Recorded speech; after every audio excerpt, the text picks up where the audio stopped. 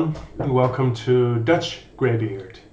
This is my first monthly wrap-up, and it's the wrap-up of the month of January. Even though we are almost May of 2023, I have some catching up to do because I just started this channel. I don't think it would be a good idea to make a quarterly wrap-up because that would make way too long of a video. I'm a bit of a slow reader, but nevertheless, in the month of January, I read 4 books.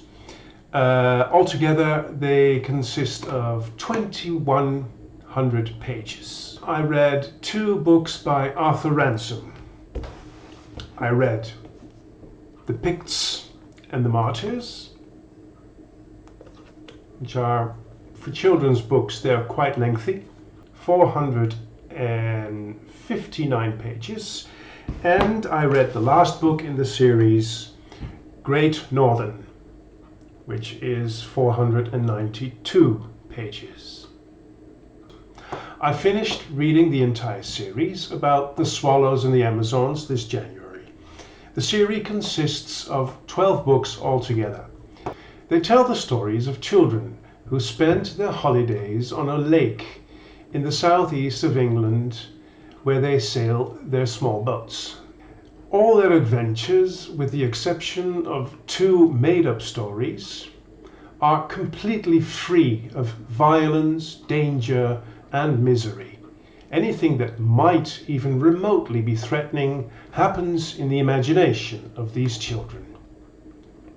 Recently, in the cinema, I experienced the 3D version of Avatar: The Way of Water.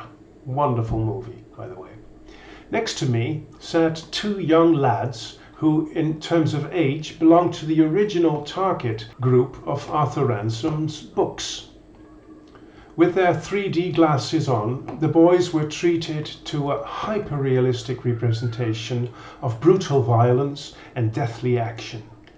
I cannot estimate to what extent this helps shape their worldview, but I cannot escape the impression that this form of entertainment will at least disrupt their innocent childhood.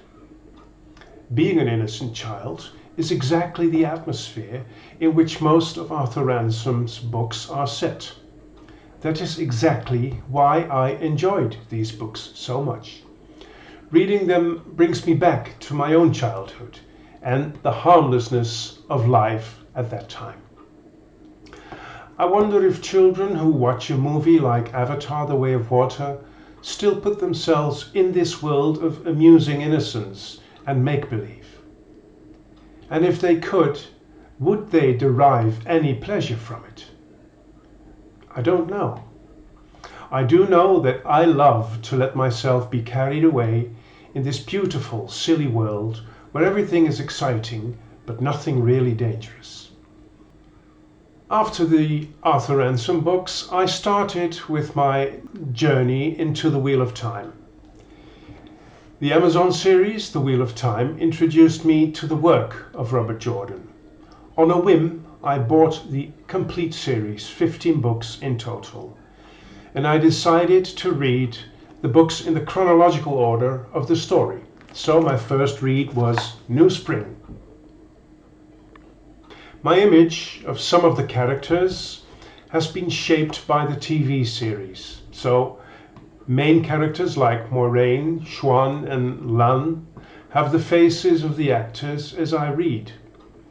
It was wonderful to get acquainted with the intriguing and intrigant world of the Aes Sedai in these 300 pages.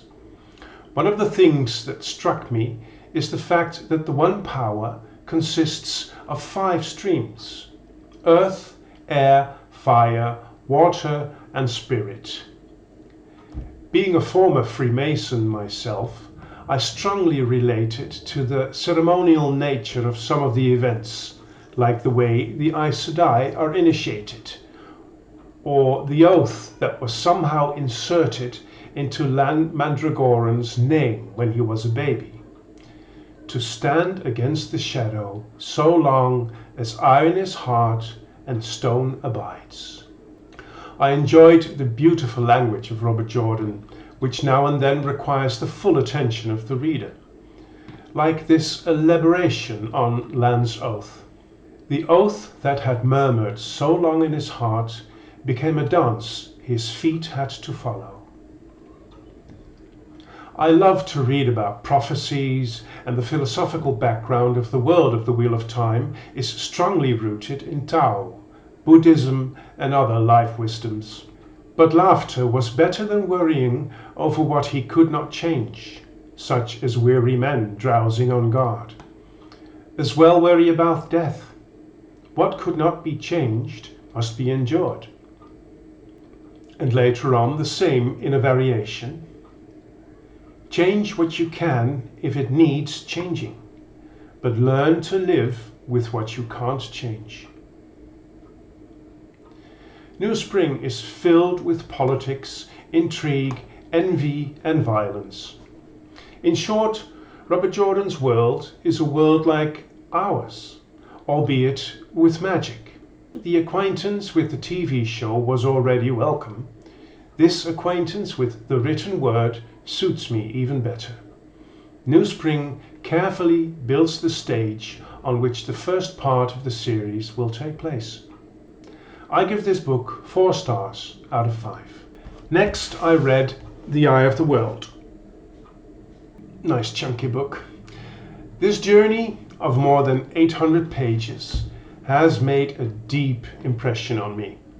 I always underline sentences, and in this case I used my pencil frequently. Most of the underlines I made for easy retrieval of story essences, and some for the beauty of the language. To be able to keep on track with the characters, the story, the world, and its history, I need these underlines. It's not surprising that during my reading I regularly consult the Wheel of Time companion. In that respect, this series is definitely not an easy read. The further I progressed in the story, the better I could place the opening sentences of the first chapter. The Wheel of Time turns, and ages come and pass, leaving memories that become legend.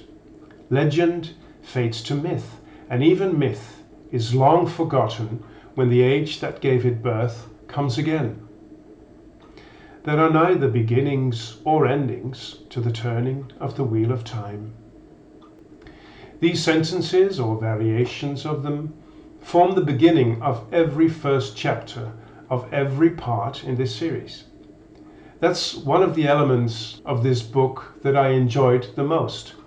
These references of the wheel and the pattern it weaves, as well as the continuity of being reincarnated and the profound implications this has on our understanding of life.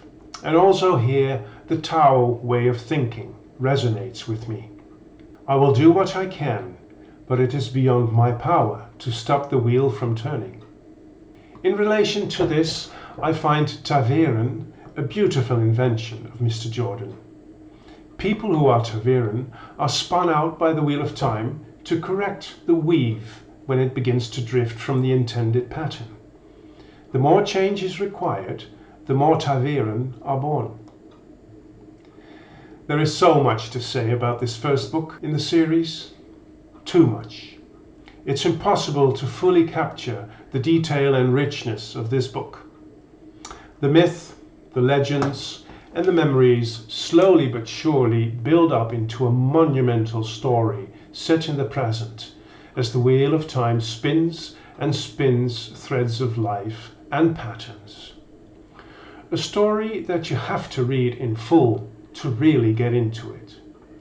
Whoever does that will reach the depth as well as the beautiful philosophical tenor that is woven into this story. I give this book a full 5 stars out of 5, and I highly recommend anyone to start reading this series. Thank you for watching this video, and don't forget to hit the subscribe button.